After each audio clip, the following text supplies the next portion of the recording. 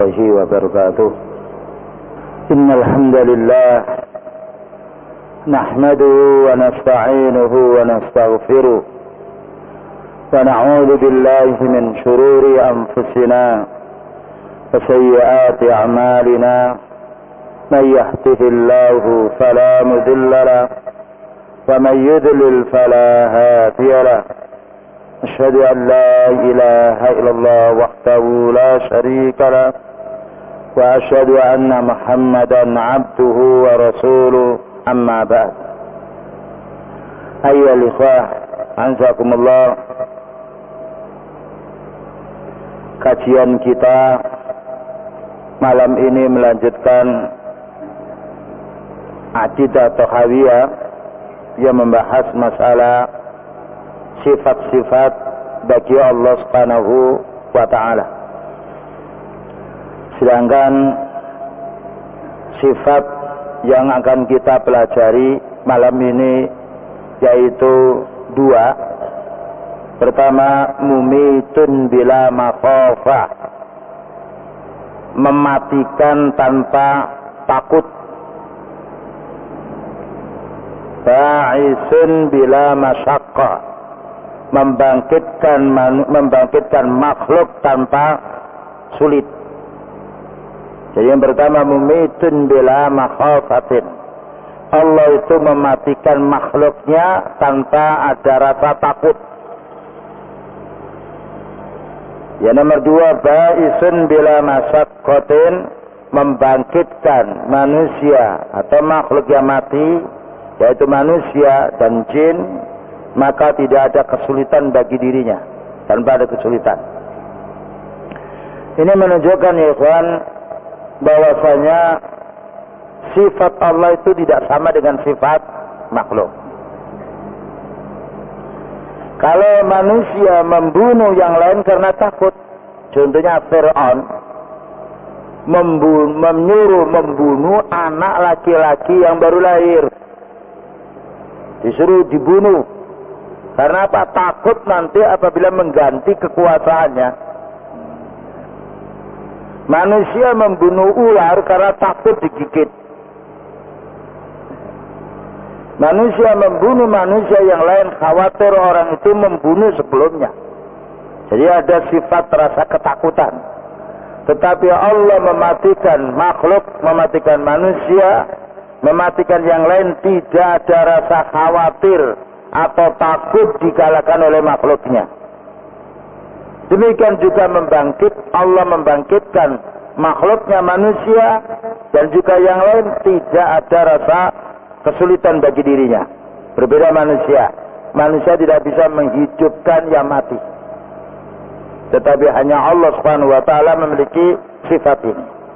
Maknanya ya ikhwan, kalau kita memahami bahwasanya Allah itu berbuat segala sesuatu tanpa ada rasa takut dan tanpa ada rasa sulit, maka Allah menghukum manusia yang bersalah pun, yang berdosa pun, tidak ada kesulitan bagi dia. Oleh karena itu kita harus takut siksaannya. Kan sebagaimana kita mengetahui betapa besar kekuasaannya. Berkata Syekh Ibnu Abil Izzi Al-Hanafi rahimahullah, al-mautu sifatun wujudiyah. Mati itu sifat wujud, bukan sifat tidak wujud, bukan. Jadi mati itu sifat wujud. Berbeda dengan filosof, orang ahli filsafat. Dikatakan bahwasanya mati itu sifat yang tidak ada. Maka dibantah di dalam surat Al-Mulk ayat nomor 2. Bahwa mati itu adalah wujud, bukan tidak ada. Jadi orang mati, jadi dia wujud. Wujudnya dia mati, bukan wujudnya dia hidup, tapi wujudnya mati, bukan tidak ada dia. Dengan alasan atau dengan dasar ayat Al-Quran surat Al-Mulk nomor 2. Allahu khalaqal mauta wal hayata liyabluwakum ayyukum ahsanu amala. Allah itu yang menciptakan mati dan yang menciptakan hidup. Agar diuji oleh Allah di antara kalian ini, siapa di antara kalian yang paling baik amalnya. Jadi Allah menciptakan mati dan hidup. Sesuatu yang diciptakan ya pasti ada. Jadi hidup itu ada, mati itu ada. Bukan mati itu tidak ada. Berbeda dengan filsafat. Dengan ngawurnya, bodohnya dia mengatakan mati itu adam. Mati itu sesuatu yang tidak ada. Bukan, mati itu ada.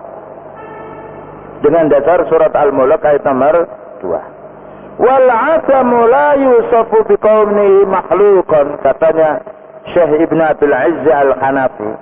Sesuatu yang tidak ada itu tidak disifati makhluk. Jadi sesuatu yang tidak ada itu tidak dinamakan makhluk. Yang ada dinamakan makhluk karena itu mati, termasuk perkara yang ada. Perkara yang wujud. Bukan perkara yang hilang, tidak, tetapi perkara yang wujud. Cuma beda antara mati dan wujudnya mati dan wujudnya hidup, beda. Kemudian dalil dari hadis Rasulullah sallallahu alaihi wasallam bahwasanya mati itu ada, mati itu wujud. Berdasarkan hadis Rasulullah sallallahu alaihi wasallam, yu'ta bil mauti yaumal qiyamah ala surati kabsin amlaha. Besok pada hari kiamat orang yang mati itu akan didatangkan. Orang yang mati akan didatangkan berarti kan wujud. Orang yang mati itu akan didatangkan besok pada hari kiamat seperti atau berupa kambing yang gemuk. Fayuzbahu bainal jannati wan nar, lalu disembelih di antara yaitu neraka dan surga. Bainal jannati wan nar, antara surga dan neraka. Jadi mati itu sesuatu yang wujud, bukan sesuatu yang tidak wujud. Berdasarkan surat Al-Mulk ayat nomor 2 dan berdasarkan hadis yang sudah kita baca tadi. Dan ini ya kawan, kalau mati diartikan tidak ada, berarti manusia itu musnah. Tidak ada pertanyaan kubur, tidak ada kebangkitan di pada hari kiamat. Kalau menurut falsafat, karena itu jauhilah ilmu falsafat. Karena itu ilmunya orang Yunani, ilmunya orang-orang Nasrani yang kuno. Kita punya ilmu yang sumbernya dari Allah Subhanahu wa ta'ala, yaitu Al-Quran dan hadis Rasulullah sallallahu alaihi wasallam. Kemudian juga dijelaskan oleh Syekh Shalih Fauzan hafizahullah. Ini keterangan dari Syekh Shalih Fauzan hafizahullah. Ayyumitul ahya idza kamulat ajaluhum. Maknanya Allah itu akan mematikan sesuatu yang hidup ini kalau sudah sempurna ketentuannya atau sempurna ajalnya. Jadi yang menentukan hidup adalah Allah, yang menentukan mati adalah Allah Ta'ala. Dan itu menunjukkan sempurnanya sifatnya Allah Subhanahu wa Ta'ala. Karena yang bisa menghidupkan dan juga bisa mematikan lebih utama daripada yang mematikan saja. Karena itu ketika yaitu Fir'aun dia mengatakan saya ini uhyi wa umit, saya ini bisa menghidupkan dan bisa mematikan. Yang mematikan dibunuhnya orang itu, yang menghidupkan dibiarkan. Nah ini bukan mumit dia. Mumitnya hanya Allah, karena mati, karena yang menghidupkan itu asalnya benda itu tidak ada menjadi ada. Ya, kita itu asalnya tidak ada. Kemudian wujud dari mani, kemudian wujud setelah itu berupa segumpal darah, kemudian wujud setelah itu berupa segumpal daging. Yang asalnya tidak ada, sebagaimana disebutkan di dalam surat Al-Insan ayat nomor pertama. Tetapi manusia tidak memiliki sifat untuk menghidupkan sesuatu yang tidak ada. Oleh karena itu, yuhyi wa yumit itu hanya Allah Subhanahu wa ta'ala. Berkata Syekh Fauzan, la li'annahu khaifun minhum. Allah mematikan manusia, mematikan hambanya bukan karena takut kepada mereka. Berbeda tadi Fir'aun menyuruh pengikutnya supaya membunuh anak laki-laki yang lahir karena takut anak laki-laki itu akan mengambil kekuasaannya. Ya. Berbeda dengan orang melihat ular yang besar dibunuh karena takut. Apabila ular itu hidup gak dibunuh, dia akan menggigit dia.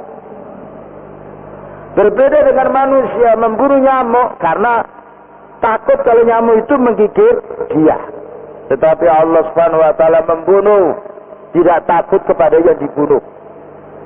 Ini beda sifatnya manusia dengan sifatnya Allah taala. Dan berapa banyak manusia yang telah dimatikan oleh Allah taala. Dan berapa banyak hewan yang telah dimatikan oleh Allah. Dan berapa banyak tumbuh-tumbuhan, pohon-pohon, makhluk yang lain yang kita tidak tahu yang dimatikan oleh Allah, yang sebelumnya dihidupkan oleh Allah Subhanahu wa taala. Begitulah besar kekuasaan Allah taala. Walakin dzalika li hikmatihi subhanahu wa taala. Tetapi dihidupkan manusia itu dimatikan karena ada hikmah. Ada manfaat yang besar yang kita tidak mengetahuinya kecuali Allah Subhanahu wa taala. Li'annal hayata fid dunya laha nihayatun. Di antara hikmah manusia itu dimatikan karena hidup di dunia ini tidaklah kekal. Tapi hidup di dunia itu ada penghabisannya. Karena ada penghabisannya, orangnya dimatikan oleh Allah taala.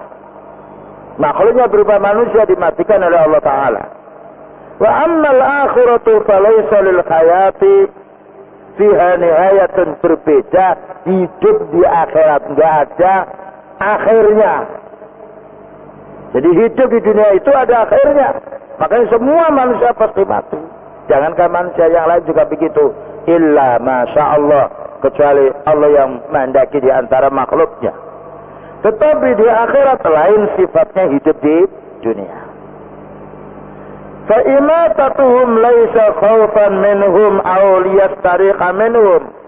Maka Allah mematikan makhluk bukan berarti takut kepada makhluknya, bukan berarti minta istirahat. Allah itu tidak.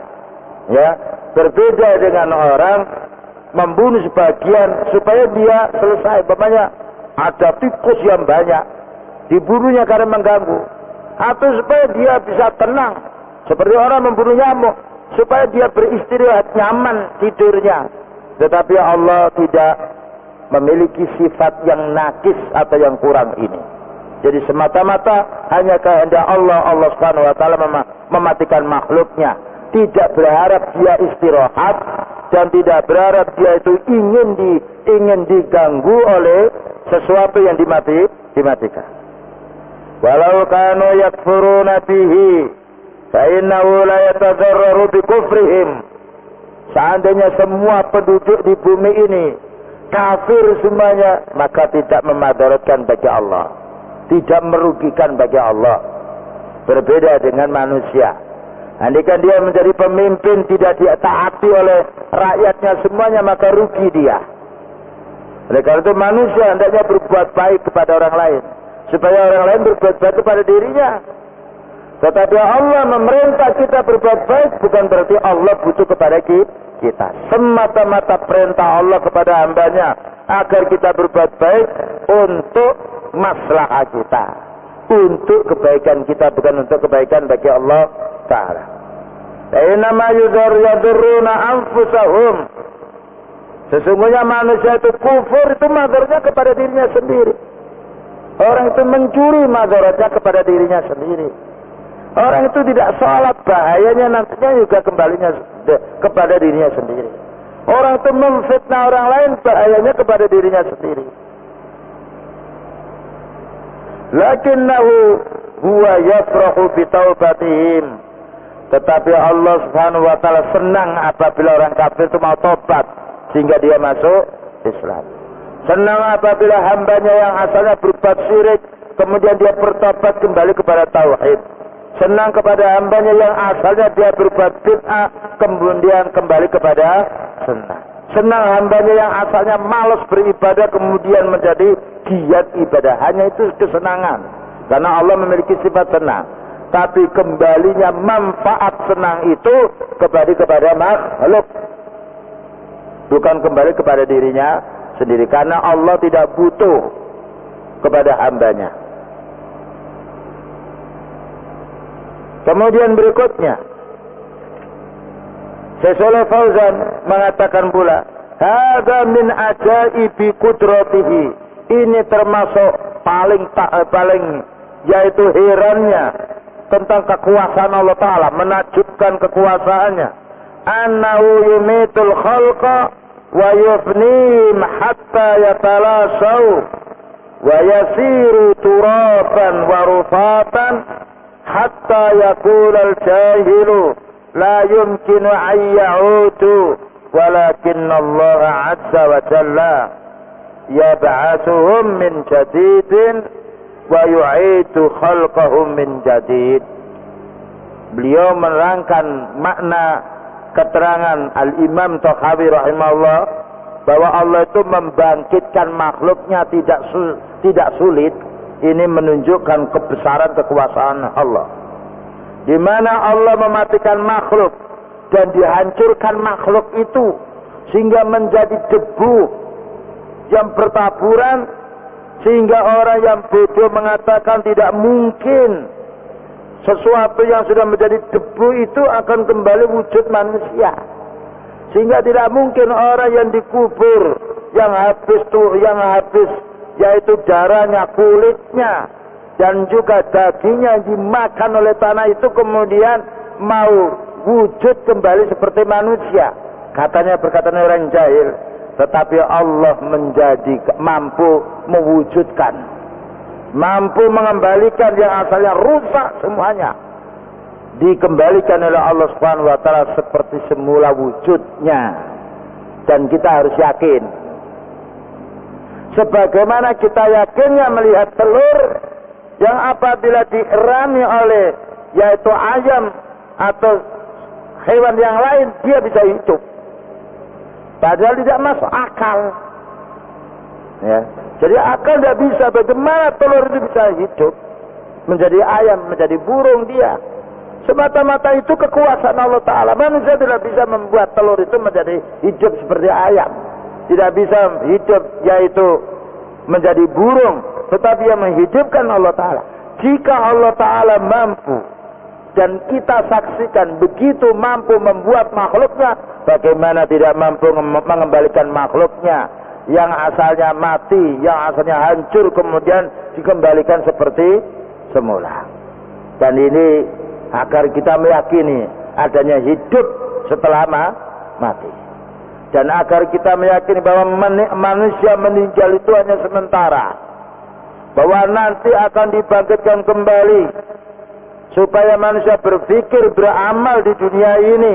Karena manusia mati bukan hanya mati dia, tetapi dihidupkan dan dia akan dihisab dia, dan akan dibalas oleh Allah Subhanahu wa Ta'ala. Walaysa alaihi fi dzalika masyaqqah. Bagi Allah Subhanahu wa Ta'ala tidak sulit untuk mengembalikan manusia yang asalnya hancur sehingga tinggal tulang ekornya bagian belakang ini dikembalikan oleh Allah Ta'ala. Bahkan umpamanya dihancurkan tulang itu, tetap Allah mampu menjadikannya dan tanpa ada kesulitan. Berbeda dengan manusia, apabila ada mobil tabrakan remek dia, ya berkeping-keping dia, maka mengembalikannya sulit. Mengembalikannya sulit dia. Ya, mau tidak mau harus mengganti yang lain. Jadi kalau sifatnya kaca itu sifatnya sudah remuk, ya, atau mesin itu sudah hancur, maka tidak mau harus diganti yang lain atau dilepur dulu. Itu pun terbatas kemampuan manusia. Tetapi manusia mengembalikan dirinya mati untuk hidup dengan dirinya sendiri tidak bisa. Seorang tua yang kasih sayang terhadap anaknya yang hanya satu, yang baik dan juga yang ganteng, dia atau yang cantik, mati mau mengembalikan hidup tidak bisa. Yang bisa mengembalikan hanya Allah Subhanahu wa Ta'ala. Dan ini menunjukkan apabila Allah mampu berbuat sesuatu, berarti kita wajib mengimani mampu mengembalikan sesuatu dan tidak repot bagi Allah Ta'ala. Sebagaimana Allah tidak repot membuat manusia, tidak repot memberi rezeki kepada kita, tidak pernah pernah berhenti rezekinya dari Allah Subhanahu wa Ta'ala. Dengan dalil ya ikhwan dijelaskan di dalam ayatnya, ma khalqukum wala ba'tsukum illa ka nafsi wahidah. Tidaklah diciptakan kamu dan tidaklah dibangkitkan kamu oleh manusia melainkan seperti jiwa yang satu.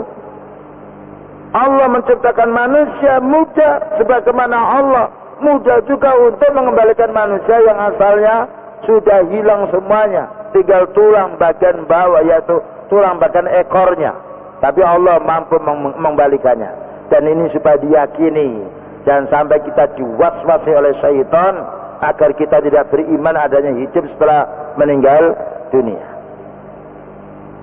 Demikian juga disebutkan di dalam ayat yang lain, wa huwa alladzi yabda'ul khalqa tsumma yu'iduhu. Dialah Allah yang memulai menciptakan lalu dia mengembalikan. Mengembalikan yang asalnya mati menjadi hidup, tidak minta bantuan kepada makhluknya. Sebagaimana Allah tidak minta bantuan kepada makhluknya ketika menciptakan hambanya, ketika menciptakan makhluknya. Dan inilah sifat yang tidak bisa ditandingi oleh hambanya. Wa huwa ahwanu alaihi, bagi Allah mudah, tidak sulit. Berbeda dengan manusia, mobil rusak lama dia memperbaikinya, membuatnya juga lama dia membuatnya. Itu pun apabila dikehendaki oleh Allah Subhanahu wa Ta'ala. Walahul masalul a'la fis samawati wal ardh wa huwal azizul hakim. Bagi Allah permisalan yang paling tinggi di dalam langit-langit dan bumi, dan dialah yang maha menang lagi maha menghukumi. Fal musyrikuna ankarul ba'sa istib'atan minhum kama dzakarallahu dzalika anhum.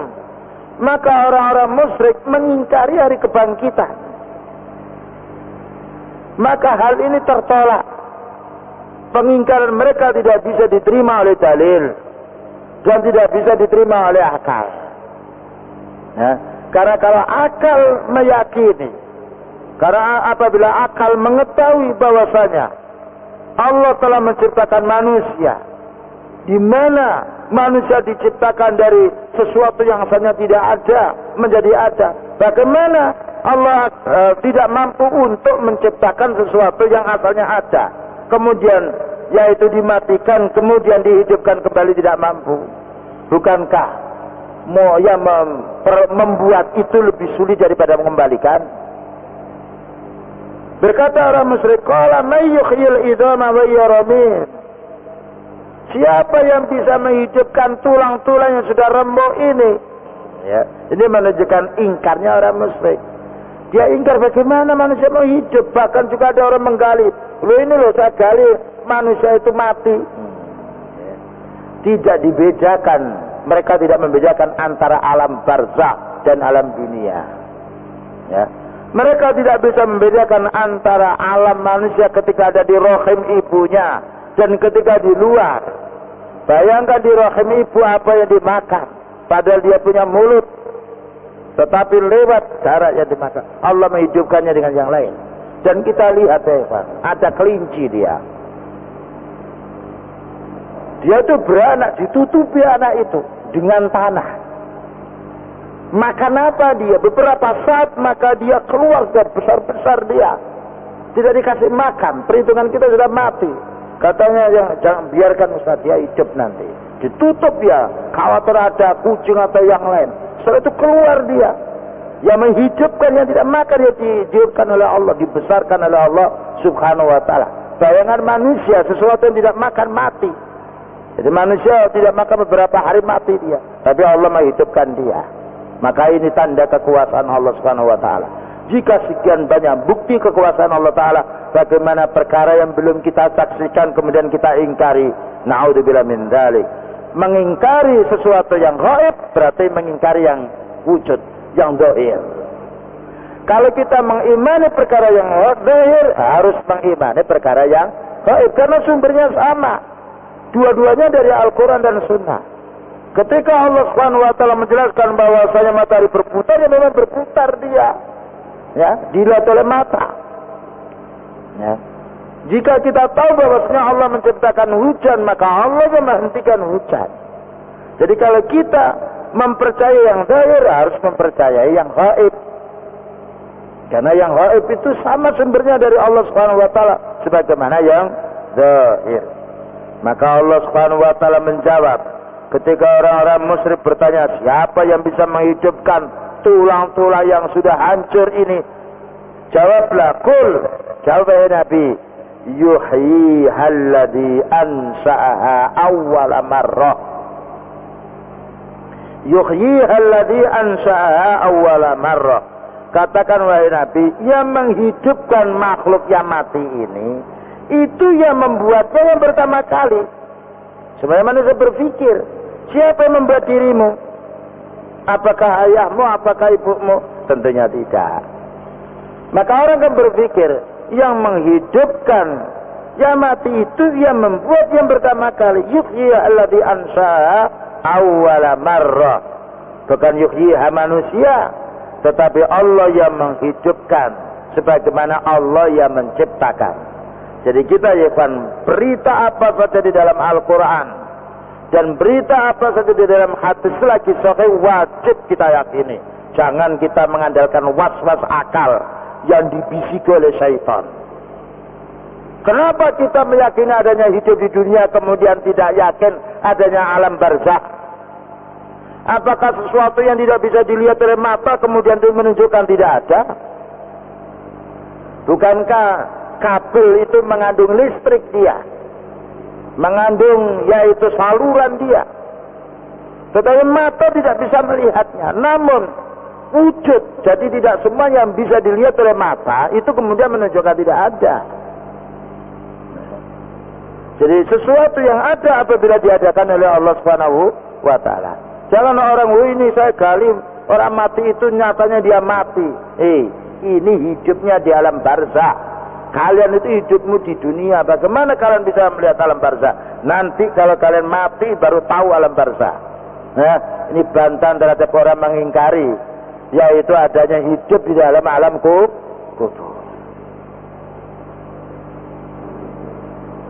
Berikutnya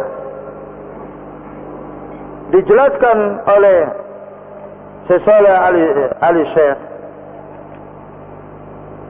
fadzakara fima taqaddama, maka menyebutkan muallif ini apa yang terdahulu dengan sifat Allah Subhanahu wa taala yang sempurna. Maka keterangan ini pun juga demikian, katanya beliau, mumitun bila makhafatin ba'isun bila masyaqqatin wa hadzal kal jumalil lati qablahu. Perkataan Imam Tokhawi, mematikan dengan tidak ada rasa takut, membangkitkan manusia dengan tidak ada rasa kesulitan, ini menunjukkan jumlah keterangan sebelumnya yang menyebutkan, menetapkan sempurnanya sifat bagi Allah Ta'ala, bahwa Allah memiliki sifat yang sempurna, berbeda dengan manusia punya sifat tapi tidak sempurna. Manusia bisa melihat tapi melihatnya terbatas dan nanti akan tidak melihat, tetapi Allah melihat selamanya. Demikian juga manusia mungkin bisa mematikan, tapi mematikan yang dikehendaki Allah, mematikan semut, mematikan yaitu membunuh orang, tetapi tidak bisa membunuh yang tidak dikehendaki oleh Allah Subhanahu wa taala.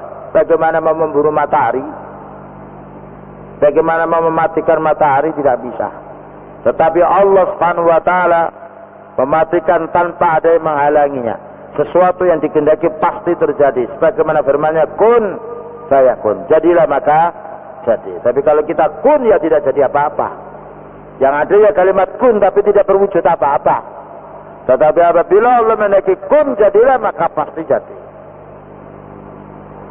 Itulah semisal firman Allah Ta'ala, laisa kamitslihi syai'un, bahwa Allah itu tidak sama dengan sesuatu. wa huwas samiul basir. Sedangkan dia itu maha melihat, maha mendengar, lagi maha melihat. Cuma mendengar dan melihatnya tidak seperti makhluknya. Karena mendengar dan melihatnya makhluk, Allah yang menciptakannya. Tetapi mendengar dan melihatnya Allah itu sifat bagi dirinya. Nah,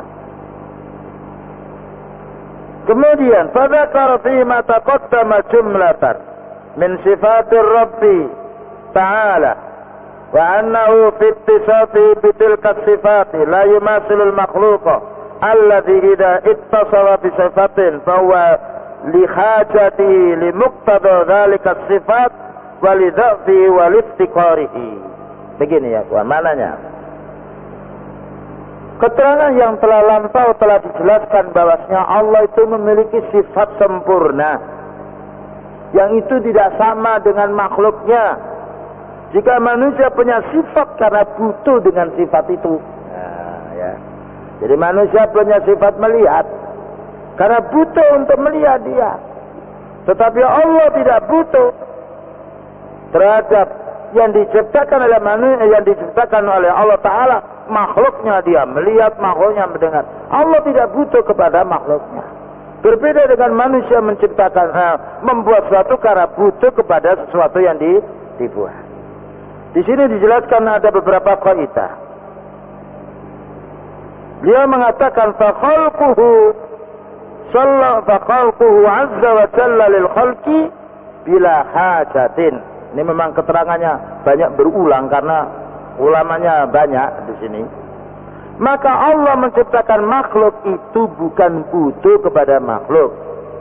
Wa razaqahu azza wa jalla lahum laisa li hajatihim ilaihi.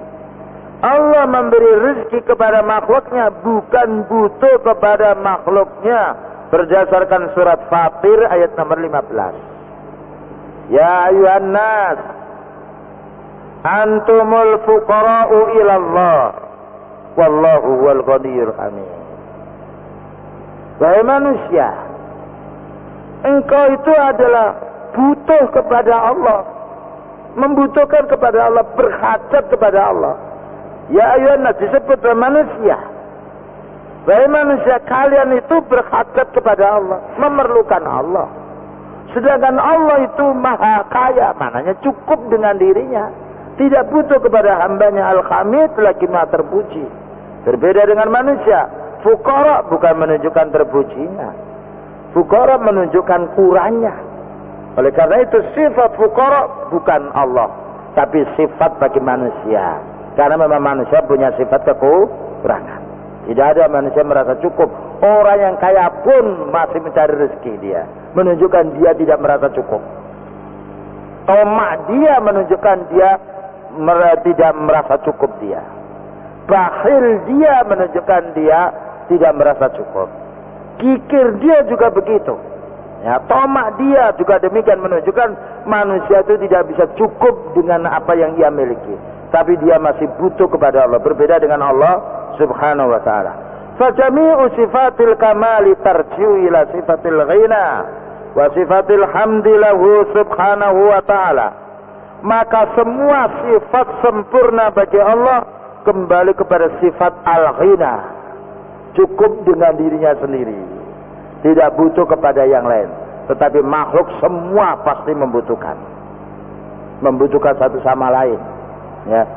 Anak yang karena apa? Semua lahir butuh kepada ibunya. Butuh kepada ayahnya. Butuh perawatan. Jadi kita lihat hidupnya manusia itu lebih kurang daripada ayam. Ayam lahir dia bisa cari makan sendiri dia bisa berjalan. Berbeda dengan manusia lahir belum bisa apa-apa dia. Yang pertama yang bisa menangis dan bergerak. Tetapi melihat belum, baru beberapa saat nanti mendengar, lalu dia melihatnya dan juga seterusnya. Ini bedanya ya ikhwan, antara sifat bagi Allah Ta'ala adalah sifat yang sempurna, yang tidak ada kurangnya, yang tidak ada aibnya, dan itu sifat bagi dirinya. Sedangkan sifat bagi makhluk adalah sifat yang tidak sempurna. Kemudian beliau juga menjelaskan Syekh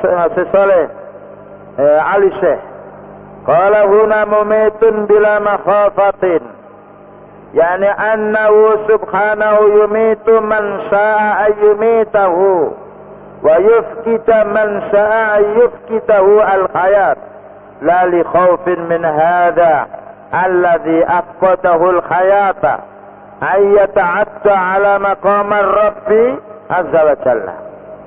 Kata Syekh Saleh Al-Syekh hafizahullah berhubungan dengan yaitu perkataan Imam Tokhawi mumitun bila makhaf, mematikan tanpa takut, disyarat demikian. Maknanya Allah itu mematikan siapa yang Allah kehendaki. Jadi kalau Allah menghendaki mati, pasti mati, tidak ada yang menghalangi. Dan apabila menghendaki sesuatu itu hilang, ya akan hilang. Bukan karena takut kepada sesuatu yang dimatikan. Dan bukan karena takut Allah itu mematikan, nanti khawatir kalau tidak mati akan diambil alih oleh makhluknya. Bukan begitu. Berbeda dengan yang kami contohkan tadi. Orang membunuh orang khawatir dia nanti mengambil bagian warisnya. Ya. Orang membunuh orang, dibunuh bapaknya yang menjadi kepala apa? Karena dia ingin merebut kekuasaannya atau ingin mengambil harta warisannya. Jadi dibunuhnya karena ada hajat. Dibunuhnya karena ada kekhawatiran. Dibunuhnya karena mengganggu dirinya. Dibunuhnya karena mengancam dirinya. Tetapi Allah mematikan suatu bukan karena sifat yang disebutkan tadi. Tetapi karena semata-mata kehendaknya Allah sendiri. Walakin li hikmatihi subhanahu wa ta'ala fa huwa alladhi ahya wa amata wa huwa alladhi afqara wa aghna li hikmatil balighatil azimah. Tetapi ada hikmah. Allah mematikan dan menghidupkan itu punya hikmah. Menghidupkan manusia untuk diuji. Mematikan manusia nanti untuk diuji setelah mati dia. Berakhirnya nanti untuk mendapatkan balasan. Oleh karena itu kita harus berlindung kepada Allah. Sebelum salam, Allahumma inni a'udzubika min adzabi jahannam wa min adzabil qabri wa min fitnatil mahya wal mamati wa min fitnatil masihid dajjal. Ya Allah, aku berlindung kepadamu dari neraka jahanam. Jadi manusia berlindung kepada Allah karena hajat, butuh kepada Allah. Karena Allah yang mendatangkan siksa, sehingga manusia butuh perlindungan dari siksaannya. Kemudian yaitu dari adzabil qabri. Aku berlindung kepadamu ya Allah dari azab kubur. Itu menunjukkan azab kubur itu ada. Tetapi banyak orang mengingkari azab kubur. Orang yang mengingkari azab kubur berarti mengingkari adanya hidup di dunia. Karena hidup dunia Allah telah menetapkan di dalam Al-Qur'annya. Demikian juga azab di dalam kubur Allah telah menetapkan di dalam Qur'annya. Bagaimana mereka menerima sebagian dan juga menolak sebagian. Dan ini menunjukkan kebodohannya. Kemudian dijelaskan pula. Kemudian manusia dimatikan karena maunya diuji di dalam alam barzah. Maunya diuji. Jadi ujian itu ada dua ya kawan. Ujian di dunia, ya, yaitu dengan amal beberapa macam ujian. Diuji perpecahan umat, diuji hartanya, diuji anaknya, diuji istrinya, diuji dengan hawa nafsunya, diuji dengan orang yang kafir, diuji dengan orang munafik, untuk dilihat mana yang paling bersungguh-sungguh beramal soleh dan siapa yang bersabar. Kemudian ujian yang nomor 2 di alam barzakh, ujian hasil dari ujian yang pertama di dunia. Yang itu hanya 3 ujiannya. Man rabbuka, siapa Rabbmu, siapa penciptamu. Wa man nabiyuka, dan siapa nabimu. Wa ma dinuka, dan apa agamamu. Hanya 3. Nah, kalau di dunia ujiannya dengan kenikmatan, dengan sakit, dengan sehat, dengan berjalan, dengan duduk. Pokok kita semua selama 24 jam ada ujian. Tetapi ujian di akhirat hanya pertanyaan 3. ujian di alam kubur. Pertanyaan nomor 3. Siapa yang bisa menjawab pertanyaan nomor 3 ini beruntung dia. Dan siapa yang salah rugi dia. Maka orang bisa menjawab 3 pertanyaan ini apabila dia sukses hidupnya di dunia. Kalau gagal pula ujian yang keduanya. Setelah itu bukan ujian lagi tetapi yaitu hari pembalasan, yaitu hari hisab. Karena itu ya kan umur itu pendek sekali ya. Sebentar lagi sudah Ramadan. Kalau kita tidak berusaha mengisi hidup ini dengan beribadah, sia-sia kita. Karena rugi di dunia, rugi di akhiratnya. Maknanya rugi apabila manusia rugi maknanya tidak beramal di dunia, maka rugi di akhiratnya. Tetapi orang rugi urusan dagangan belum tentu dia rugi di akhiratnya. Ya. Tapi kalau orang tidak beramal di dunia dengan amal yang soleh, bagaimana dia akan beruntung di akhiratnya? Bukankah akhirat itu hari hisab, hari perhitungan amal, bukan hari amal. Hari amal, hari beramal itu hari kita di dunia ini. Pendek waktunya hanya 50 tahun, 40, 60, 70, ya. 100 itu pun hanya 1-2. Ya, tidak banyak. Jadi ujian pendek sekali waktunya. Berhasil berarti berhasil seterusnya. Gagal berarti gagal seterusnya. Ini yang pentingnya kita menuntut ilmu, ya, agar kita tidak mata ini diumbar untuk melihat televisi terus. Dan agar telinga ini tidak diumbar untuk mendengarkan nyanyian kata-kata yang jahat, tetapi manfaatkan telinga dari Allah ini untuk mendengarkan tauhid, mendengarkan ayat Al-Quran, mendengarkan sunnah, manfaatkan mata untuk membaca Al-Quran, untuk membaca kitabullah, membaca hadis Rasulullah sallallahu alaihi wasallam, membaca hal-hal yang bermanfaat agar kita tidak kecewa, tidak menyesal nanti di akhiratnya. Kemudian dijelaskan pula oleh Syekh Saleh bin Syekh Saleh Al-Syekh Hafizahullah, ada 3 masalah. Kata beliau mengomentari perkataan Imam Tahawi rahimahullah. Pertama, anna mumitun ismun fa'il wal ismu lirrabbi al-mumitu. Bahwa mumitun itu isim fa'il, maknanya pelaku yang mematikan, dan itu adalah nama Allah, al-mumit. Fahuwa subhanahu al-muhyi al-mumit, yang menghidupkan dan yang mematikan. Yang lain tidak memiliki sifat ini. Wal mumitu sifatu kamalin ma'a qarinatiha al-muhyi. Ya. Si mematikan itu sempurna kalau dia itu bisa menghidupkan. Nah, ya. Jadi kapan sifat mematikan itu sempurna? Sempurna sifat mematikan itu kalau dia mempunyai sifat menghidupkan. Kalau hanya mematikan saja tidak sempurna. Karena manusia bisa membunuh orang, berarti kan mematikan orang. Tetapi tidak bisa menghidupkan, berarti tidak sempurna. Nah, ya. Makanya Fir'aun itu bukan sempurna dia. Karena dia bisa hanya membunuh, tapi menghidupkan tidak bisa dia. Dia mengatakan, bagaimana engkau menghidupkan? Nah, ini orang enggak saya bunuh, dia hidup. Ya, itu bodohnya dia.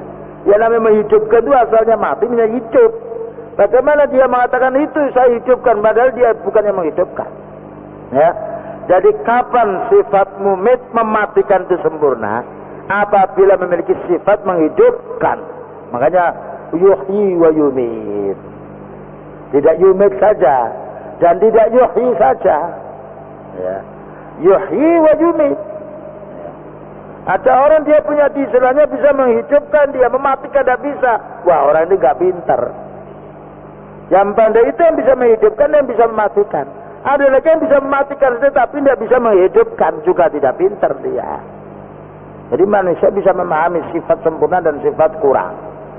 Jadi sifat mematikan itu sempurna apabila memiliki sifat menghidupkan. Dan itu hanya bagi Allah, yang lain tidak ada. Berikutnya ya Pak. Yang nomor 2. Tadi 3 masalah. Mumitun ay khalaqal mauta. Mematikan itu maknanya Allah itu menciptakan yang mati. bukan hanya menciptakan yang hidup. Nah, jadi mumit itu menciptakan yang mati, berbeda dengan kita. Ya, nyamuk kita bunuh itu bukan mumit, ya, bukan mumit yang hakiki. Jadi kita merusak gitu ya. Ya. Tapi kita matikan semut itu, matikan lampu itu. Tapi kita tidak menciptakannya. Ya. Jadi makna mumit itu khalaqal mauta, sebagaimana khalaqal hayata. Ya. Allah menciptakan hidup yang asalnya tidak ada menjadi ada. Dan Allah menciptakan mati yang asal tidak ada menjadi ada mati ini. Ya. Nah itulah kaidah yang nomor 2. Faman syaa subhanahu yakni ja'ala man syaa min khalqi mayitan ba'da an kana hayyan. Maka siapa yang dikehendaki oleh Allah Ta'ala dia itu mati setelah dia hidup, maka dia itu adalah maka yang dijadikan setelah hidup maka dia mati itu namanya khalaqa, menciptakan, berarti wujud. Oleh karena itu Ahlussunnah mengatakan inda wa dzhabat jumhur Ahlussunnah wal Jamaah wa man wafaqahum annal mauta makhluqun mawjudun. Ya, mazhabnya Ahlussunnah wal Jamaah yang tadi sudah disebut yang pertama, diulang lagi oleh Syekh ini karena Syekhnya yang lain, bahwasanya mati itu adalah perkara yang wujud, sesuatu yang wujud, bukan tidak wujud. Kalau tidak wujud bukan dinamakan mati, karena Allah mengatakan khalaqal mauta, Allah menciptakan mati. Kemudian kaidah yang nomor 3 ya kawan. Annal mauta muta'alliqun bi imatatir Rabbi azza wa jalla. Bahwa mati itu hubungannya Allah yang mematikan. Oleh karena itu ketika Fir'aun mau membunuh Nabi Musa alaihissalam tidak dikehendaki oleh Allah. Berbeda dengan Allah mematikan makhluknya, hanya Allah yang berkehendak. Oleh karena itu tidak semuanya orang yang membunuh orang mesti terbunuh orang yang dibunuh. Ya. Jadi kalau kita membunuh nyamuk itu apabila dikehendaki oleh Allah. Makanya tidak semuanya nyamuk bisa kita bunuh. Ada yang lari dia. Ya. Jadi Allah mematikan hambanya karena Allah. Yaitu mumitun karena Allah yang mematikannya. Ya. Karena Allah menciptakan dia mati. Oleh karena itu disebutkan di dalam surat Al-Qasas ayat nomor 88, kullu syai'in halikun illa wajha. Semua ini akan rusak, hancur kecuali Allah. Demikian juga disebutkan di dalam ayat yang lain. Kullu nafsin dha'iqatul maut. Setiap jiwa pasti merasakan mati. Kecuali ya ikhwan yang diperkecualikan oleh Allah. Ada yang tidak dimatikan oleh Allah sebagaimana disebutkan di dalam surat Az-Zumar. Wa nufikha fis-suri, dan ditiup sangkakala. Fasaiqa man fis samawati wa man fil ardi, dan mati semua yang ada di dalam langit dan bumi, illa masya Allah, kecuali yang dikehendaki oleh Allah tidak mati.